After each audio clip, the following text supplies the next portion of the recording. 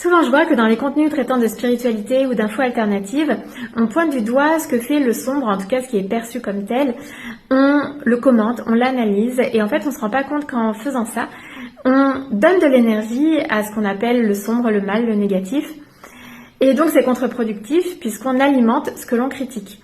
Ça suit une règle énergétique simple qui est que l'énergie va là où l'attention va. Donc plus on met notre attention là-dessus, plus on en parle et plus on le nourrit. Donc finalement, on nourrit le sombre, ça profite au sombre quand on en parle beaucoup comme ça. L'idée, c'est donc de focaliser notre attention sur les énergies qu'on souhaite voir grandir dans le monde, dans notre vie, dans notre quotidien. Et comme l'extérieur est un reflet de l'intérieur, quand on critique, quand on voit du sombre à l'extérieur, finalement ce sont des parts de nous qu'on n'a pas encore reconnues.